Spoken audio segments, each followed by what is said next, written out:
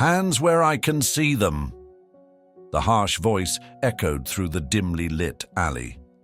Tasha Monroe barely had time to react before rough hands slammed her against the hood of a police cruiser. The flashing red and blue lights reflected off the cold steel of the cuffs snapping around her wrists. "Officer, what's going on?" she demanded, struggling against the hold of the two uniformed men who had just yanked her off the street. The taller cop, Sergeant Kevin Briggs, smirked as he leaned in close. His breath reeked of cigarettes. "You know damn well what's going on," he sneered. "Selling dope right here in our neighborhood? You must think we're stupid." Tasha's heart pounded. Drugs? She didn't even smoke, let alone sell. But before she could respond, the second officer, Daniel Cook, pulled a small plastic bag from his pocket and held it up dramatically. "Looks like we found your stash," he said smugly. Her stomach twisted. Planted evidence. A setup. Tasha had seen this before. Corrupt cops taking down innocent people, ruining lives, padding their arrest records. But this time, they had no idea who they were messing with. She took a deep breath. Not yet. She couldn't reveal herself yet. As they shoved her into the back of the cruiser, she steadied her mind. They thought she was just another powerless black woman. But soon, they'd learn the truth. Tasha sat in the cold, dimly lit interrogation room, her hands still cuffed to the metal table. A single overhead light buzzed faintly, casting eerie shadows across the cracked cement walls.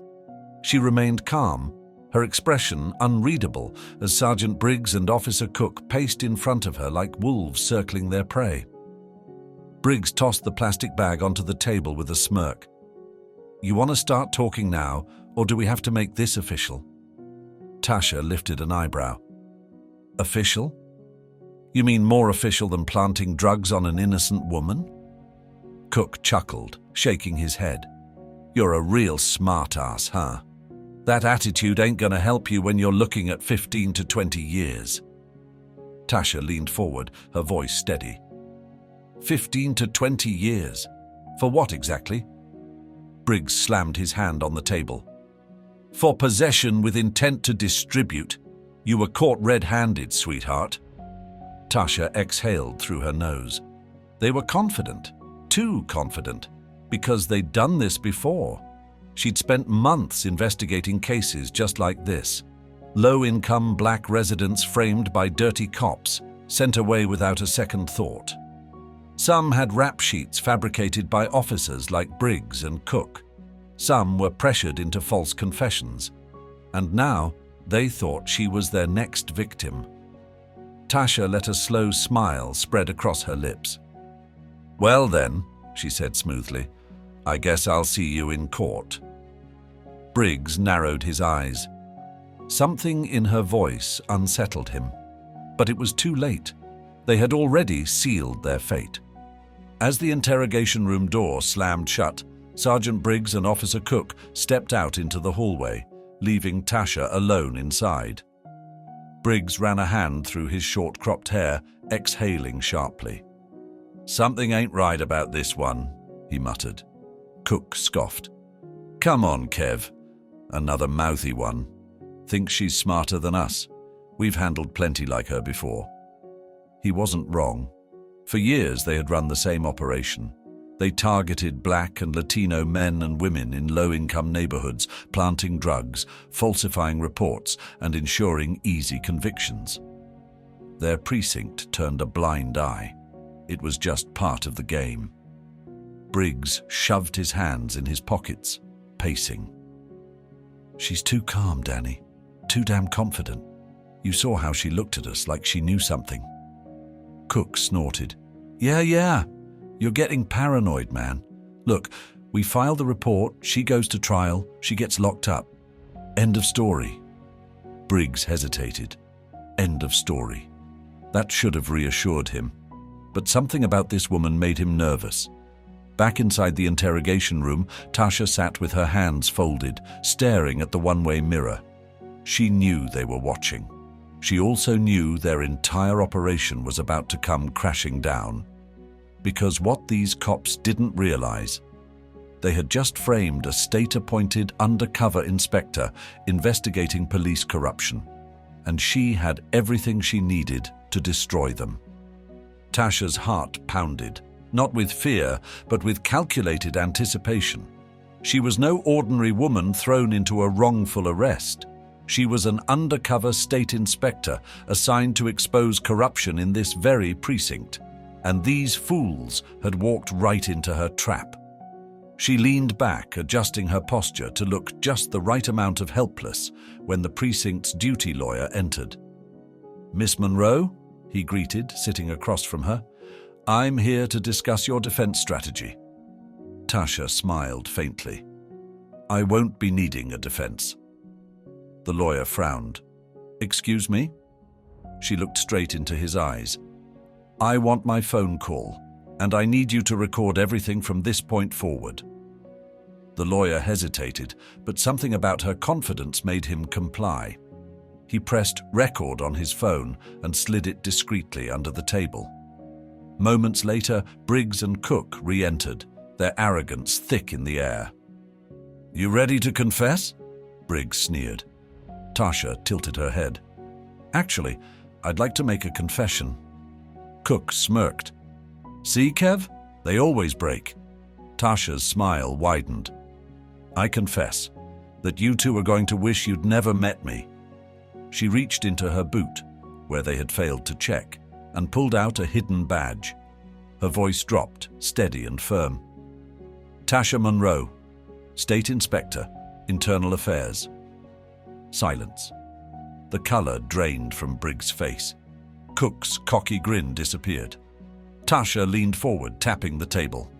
"This whole precinct is under investigation for corruption, and congratulations! You two just became my star witnesses." The silence in the room was suffocating. Sergeant Briggs' mouth opened slightly, then shut. His brain scrambled for an escape route, but there was none. Cook recovered first, scoffing. "Nice try, lady. That badge could be fake for all we know." Tasha chuckled, shaking her head. They were still in denial. "Go ahead, call it in," she said casually. "Ask your captain who I am. Or, better yet, check your station's files. You'll find my alias, Tasha Monroe, supposed civilian. But right above that, you'll see my real title." Briggs and Cook exchanged a quick glance. She was bluffing, right? Briggs yanked out his radio. "Dispatch, run a background check on a Tasha Monroe, arrested tonight for possession." The line crackled. Then came the voice. "Sir, we have no record of that arrest." Briggs's stomach dropped.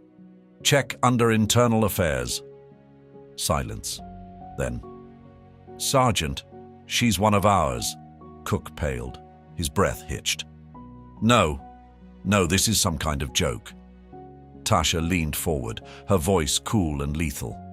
"Do I look like I'm joking?" Briggs' hands clenched into fists. They had arrested an undercover state inspector. They had planted drugs on a woman with more authority than anyone in this damn precinct. And worst of all, it was all on record. Tasha tapped the phone lying under the lawyer's hand. "By the way, I made sure everything you said was recorded. Every threat, every lie." She smiled. "And this? This is going straight to the court." Briggs slammed his hand against the table. "You set us up." Tasha's expression darkened. "No, Sergeant. You set yourself up. I just gave you the rope to hang yourselves with." Cook's voice shook. What? What do you want?" Tasha stood up, yanking against her still cuffed wrists. "Uncuff me. Now." Briggs hesitated. "Now," she repeated. Hands trembling, he unlocked the cuffs. Tasha rolled her wrists and fixed her jacket. Then, with a chilling final glance at the two corrupt officers, she walked toward the door. "See you in court, gentlemen." As soon as Tasha walked out of the room, panic erupted between Briggs and Cook. Cook gripped the edge of the table. "We're screwed, Kev." His voice trembled. "They're gonna bury us for this." Briggs was already thinking, already scheming. No, we can fix this," he muttered, pacing. There had to be a way out. Cook's breathing was erratic. She has a recording. Internal Affairs is already watching us. The second she files her report, we're done. Briggs wasn't going down without a fight. Then we make sure that recording never sees the light of day, he growled. We talk to Captain Reynolds, we pull favors, we twist this whole thing around. Cook swallowed hard. You mean plant evidence against her? Briggs snapped his fingers. Exactly. We flip the script before she does. Make it look like she was impersonating an officer. Fake a report. Say she tried to bribe us, threatened us. We get to her before she gets to us. Cook hesitated. Kev, she's Internal Affairs. This ain't some random street junkie. Briggs grabbed him by the collar. And if we don't act fast, we'll be the ones behind bars. Cook clenched his jaw. He didn't like it, but he liked prison even less. They had one chance. Frame her, silence her, or go down trying. Meanwhile, across town, Tasha walked into a sleek office building, her heels clicking against the polished marble floor. She wasn't wasting time.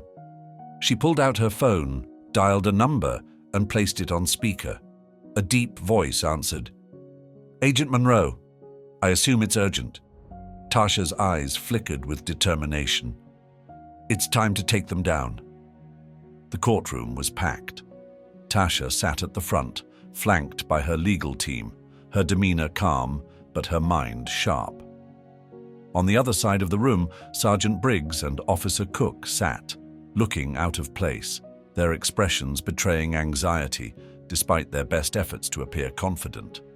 They were surrounded by their own legal team, high-powered attorneys who specialized in defending police officers accused of misconduct. But today, even their polished suits couldn't hide the cracks in their armor. Tasha knew what was coming. The tension in the air was palpable, both sides preparing for an all-out battle. The judge called the court to order, and the trial began. The prosecutor stood up, his voice steady, addressing the jury. Ladies and gentlemen of the jury, he began, what we have before us is a case of corruption at the highest level. Sergeant Briggs and Officer Cook, two police officers who swore to protect and serve, framed an innocent woman, one who was investigating their crimes under the guise of an undercover state inspector. A murmur swept through the courtroom. The jury exchanged glances. The prosecutor turned to face the defendants, his voice cutting through the room. These officers not only planted drugs on Tasha Monroe, but they also attempted to silence her by making false accusations. They did everything to cover their tracks. But today, the truth will come out. Tasha held her head high, her eyes locked on Briggs and Cook. They were now under the microscope. Their lies were about to be exposed. Briggs' lawyer was quick to stand, adjusting his glasses and attempting to project an air of confidence. Your Honor, members of the jury, he began, the prosecution has built a case on what can only be described as speculation and hearsay. There is no evidence to support their claim that these officers committed any wrongdoing. In fact, there are inconsistencies in the statements provided by the so-called victim. He emphasized the word victim. And we believe this entire accusation is a ploy to tarnish the reputations of these fine men who have dedicated their lives to law enforcement. The defense attorney turned to point at Tasha, his voice rising in mock indignation. Ms. Monroe was arrested for possession, and when faced with the consequences of her actions, she fabricated this wild story about being an undercover inspector. She is no hero. She is a criminal trying to escape justice. The jury looked at each other, some of them shifting uneasily. Tasha couldn't help but smirk. They were digging their own grave. It was Tasha's turn to speak. With her lawyer's permission, she stood, walking toward the witness stand. She faced the jury, her presence commanding attention. I've been doing this job for 15 years. My job is to protect the people who cannot protect themselves, Tasha began. Her voice was steady, unwavering. I've seen corruption firsthand. I've seen what happens when men like these, she gestured toward Briggs and Cook, use their badge to hurt innocent people. She paused, locking eyes with Briggs and Cook. And I've seen what happens when the truth finally comes to light. Her words rang clear, echoing in the courtroom. The jury watched her intently, their faces softening. She continued, her voice low but clear. These officers didn't just frame me. They framed dozens of others, some of whom are still locked away in prisons for crimes they didn't commit. But no more. I will not let their actions go unpunished. As she spoke, she could feel the weight of the room shift. The jury was no longer looking at her as a criminal. They were looking at her as a woman who had risked everything to uncover the truth. Tasha's attorney stood and addressed the judge, requesting the final piece of evidence, the recorded confession from the officers during Tasha's interrogation. With a nod from the judge, the prosecution played the recording. The courtroom fell silent as Briggs and Cook's voices filled the air, their threats, their lies, their desperate attempts to cover up their tracks. I told you, man. We need to get rid of this one before she talks. We can't let her get away with this. Cook's voice was nervous. But Kev, she's with internal affairs. We can't… Briggs cut him off. Shut up and do what I say. If we don't fix this now, we're both going down. Tasha watched as the two officers turned pale in their seats, their eyes wide in realization. The evidence was irrefutable. The jury's eyes shifted from the officers to the prosecution, then back to the officers, their decision already made. The courtroom was electric with anticipation as the jury deliberated. Tasha sat, tense yet confident, her eyes never leaving the two officers across from her. Briggs and Cook, who had once seemed so self-assured, now appeared like caged animals, cornered, desperate, and on the brink of collapse. Minutes stretched into hours. The silence was broken only by the soft shuffle of papers and the hushed conversations of the jury. Finally, the door to the jury room creaked open, and the foreman stepped into the courtroom. We have reached a verdict. His voice was firm, his expression unreadable. Tasha's heart raced, but she kept her composure. The judge nodded. Please read the verdict. The foreman cleared his throat, his eyes flickering between the officers and Tasha. On the charge of conspiracy to commit wrongful imprisonment, false accusations, and planting evidence, we find the defendants, Sergeant Kevin Briggs and Officer Michael Cook, guilty. The words hit like a bombshell. Gasps filled the courtroom. Briggs' face turned a deep shade of crimson as he stood up, his hands shaking. Cook's mouth dropped open, his wide eyes reflecting shock, disbelief, and sheer panic. The jury had made its decision, and there was no escape for them now. The room erupted into murmurs and whispers, but for Tasha, it felt like everything around her had gone still. The weight of the moment hit her like a wave. She had taken down two corrupt officers, and she had done it with integrity. Her lawyer gave her a brief nod of acknowledgement, but Tasha's gaze was fixed on the two men who had once tried to destroy her life. The judge continued, his voice cutting through the noise. Sentencing will occur in 1 week, he announced. Until then, the defendants are to be remanded in custody. The bailiffs moved in, handcuffing Briggs and Cook, leading them out of the courtroom in silence. There were no more tough guy postures, no defiance in their eyes. They were defeated, and Tasha had won. The weeks that followed were a whirlwind of media coverage. Tasha's story became headline news across the country. She was hailed as a whistleblower, a hero who had exposed corruption within the very institution that was supposed to protect the public. But while the accolades came pouring in, Tasha remained grounded. She didn't do this for the attention. She did it for the victims who had been silenced by officers like Briggs and Cook. Her phone never stopped ringing. Calls came in from news outlets, from colleagues in law enforcement, even from people who wanted to share their own stories of abuse and injustice. But Tasha was already looking ahead. Her mission wasn't over. The corruption she had uncovered was just the tip of the iceberg. There were more officers like Briggs and Cook out there, more people who needed to be brought to justice, and Tasha Monroe was going to be the one to expose them all. Months after the trial, Tasha was promoted within Internal Affairs. Her work had not only brought down 2 corrupt officers, but had also sparked a larger investigation into police misconduct across the state. In the end, her story was one of resilience, courage, and unwavering justice. She had stood alone against the odds, facing threats, manipulation, and betrayal. And in the end, she had brought the truth to light. Tasha's legacy would be one of change, a reminder that even in the darkest corners of power, there was always a chance for justice to prevail. And as for Briggs and Cook, they were sentenced to prison, their careers shattered. But their downfall had been inevitable. Tasha had ensured that.